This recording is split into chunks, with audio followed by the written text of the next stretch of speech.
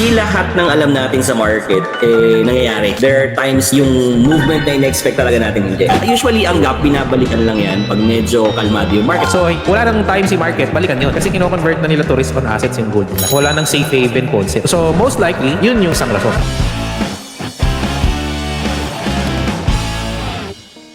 Mr. Rosso, tanong, bakit hindi binalikan yung gap? Pagkakaintindi ko sa trading anomaly yun, dapat i-correct. Hindi lahat ng alam natin sa market nangyayari. There are times yung movement na in-expect talaga natin hindi. Lagi natin tatandaan, when we trade, we always account for things we do not have control. Pwede naman talaga balikan yun. Kasi di ba meron tayong concept na filling the gap. So that's a real concept. Hindi siya 100% na ginagawa ni market. Meron talagang mga gap na hindi naman na-fill. Pag halimbawa, yung trading sentiment natin is nasa sell-off talaga. Kahit na gaano kalaking gap yan, kung meron tayong sell-off na nangyayari, nagbago yung mood ng mga trader, investor natin, pwedeng hindi talaga siya balikan. Usually, ang gap, binabalikan lang yan pag medyo kalmado yung market. Diba? Nag-open ang market, nagkaroon tayo ng gap, tapos hindi naman ganun karami pa yung trader or yung mga active trader natin. So, usually, binabalikan talaga yung mga gap na ganyan. Pero pag ang daming active, ang daming sell-off talaga mangyari, yeah, possible hindi talaga siya balikan. Fundamental is stronger than the technical during that period. Pwede niyang balikan talaga because trading anomaly. The technical will not really matter if the fundamental is strong. Like ngayon, sabihin natin, going back to gold, may gap na sobrang laki from the gap down. There is a consistent, may deal with China. Then another day, sabihin na naman, okay, may positive deal with Canada. So, wala nang time si market, balikan yun. Kasi kino-convert na nila to risk on assets yung gold nila. Wala nang safe haven concept. So, most likely, yun yung isang rason.